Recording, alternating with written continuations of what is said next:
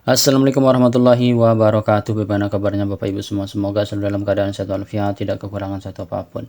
Di video kali ini khusus ya, dan di video-video selanjutnya kita akan membahas tentang keuangan PNS, kemudian bagaimana cara mengatur keuangan, bagaimana cara mendapat passive income dari online, dari marketplace, dan seterusnya. Nah, di video kali ini kita akan khusus membahas bagaimana cara mengatur gaji PNS supaya tidak habis di tengah bulan. Karena berdasarkan dari beberapa berita itu ya banyak yang menyebut bahwa banyak PNS terlilit hutang padahal gajinya tinggi. Ini tahun 2023 ya, masih sangat-sangat baru. Kemudian 80% PNS P3K terjerat hutang, sisa gaji ratusan ribu. Nah, itu adalah kisah-kisah yang memang nyata dan terjadi di kehidupan kita. Kemudian oknum ASN terlilit hutang buat penggalangan dana di media sosial. Jadi ada oknum ASN, dia terlilit hutang, kemudian dia galang dana di media sosial. Nah, apa yang menyebabkan sebenarnya hal ini terjadi Bapak Ibu? Yaitu banyak PNS yang mengalami kesulitan mengatur keuangan meskipun memiliki gaji yang tetap. Ingat ya Bapak Ibu, walaupun Bapak Ibu memiliki gaji yang tetap, pastikan Bapak Ibu harus bisa mengatur yang namanya keuangan ya Bapak Ibu. Jangan semua dihabiskan. Kenapa ini penting? Karena manajemen keuangan ini itu ya agar gaji cukup sehingga Bapak Ibu di akhir bulan itu ya keuangannya masih stabil. Nah, apa hal yang perlu Bapak Ibu ketahui? Pertama itu adalah kenali sumber penghasilan ya, gaji pokok, kemudian tunjangan dan bonus. Itu berapa gaji pokoknya, kemudian tunjangannya apa saja, kemudian bonusnya apa saja. Kemudian yang selanjutnya itu penghasilan tambahan. Apakah Bapak Ibu mendapatkan penghasilan tambahan dari lembur atau ada punya bisnis sampingan ataupun investasi. Jadi kenali dulu sumber-sumber penghasilan yang Bapak Ibu punya. Kemudian buat anggaran bulanan ya. Jadi tidak 100% keuangan gaji yang Bapak Ibu terima itu Bapak Ibu gunakan semua, tapi ada rumusnya ya. Gunakan metode 50, 30 dan 20. 50%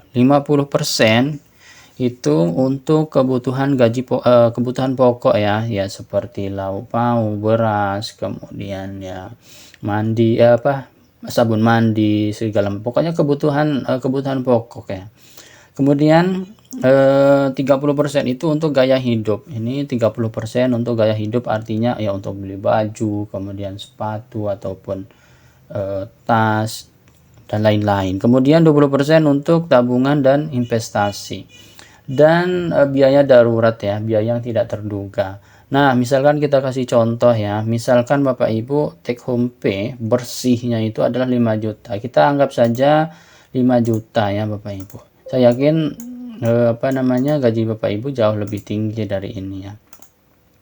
Nah, misalkan saja gaji Bapak Ibu itu 5 juta ya, maka 50% dari 5 juta itu adalah 2,5 juta itu untuk kebutuhan pokok ya Bapak Ibu. Jadi setengah gaji Bapak Ibu itu untuk kebutuhan pokok. Kemudian selanjutnya 30% itu ya dari 5 juta itu adalah 1,5 juta untuk gaya hidup ya Bapak Ibu. Ya, beli baju, beli sepatu gitu ya. Kemudian 20% ya, itu 1 juta ya. 1 juta untuk tabungan dan investasi. Ini penting ya karena Bapak Ibu. Atau bahkan nanti jika ada dana darurat ya, misalkan keluarga yang meninggal atau ada keluarga yang nikahan, ponakan segala macam. Ini penting. Gunakan rumus ini Bapak Ibu 50, 30 dan 20. Bahkan kalau Bapak Ibu bisa lebih hemat lagi, ini bisa dipangkas ya. Misalkan ini masing-masing 20%, berarti ini investasinya harus lebih besar ya Bapak Ibu, sehingga nanti di masa pensiun selain dapat pensiun, nanti Bapak Ibu juga dapat dana investasi. Kemudian apa hal-hal yang perlu Bapak Ibu hindari? Yang pertama itu adalah kurangi makan-makan di luar dan belanja konsumtif ya. Belanja konsumtif ini contohnya apa ya? Beli gadget yang terbaru, misalkan iPhone Max yang terbaru itu hindari Bapak Ibu. Kemudian gunakan transportasi yang lebih hemat ya.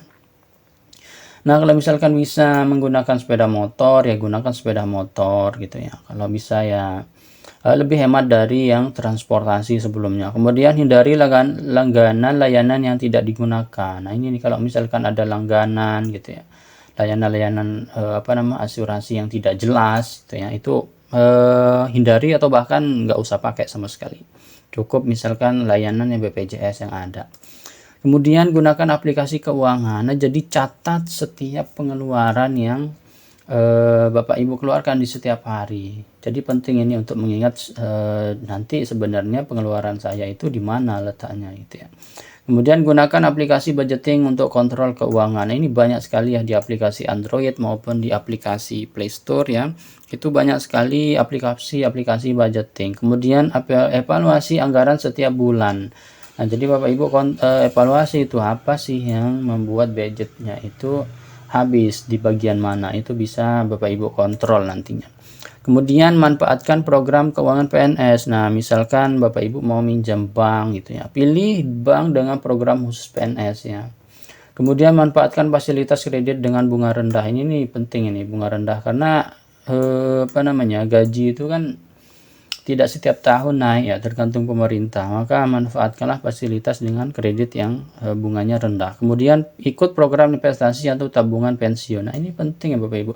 Jadi nanti ketika pensiun itu selain dapat dana pensiun, nanti dapat program investasi, tapi investasinya ini harus hati-hati juga ya. Kemudian hindari hutang konsumtif ya, jangan tergoda dengan pinjaman online dengan bunga tinggi. Nah, ini nih, dengan bunga tinggi. Kemudian lunasi cicilan tepat waktu untuk menghindari denda. Kemudian gunakan kartu kredit secara bijak. Nah, kalau Bapak Ibu punya kartu kredit nih, gunakan secara bijak. Kemudian cari penghasilan tambahan ya Bapak Ibu. Mengingat gaji kita itu ya segitu terus ya, maka Bapak Ibu kita harus mencari yang namanya penghasilan tambahan. Misalkan bisnis online atau investasi reksadana. Kemudian manfaatkan keterampilan untuk pekerjaan sampingan.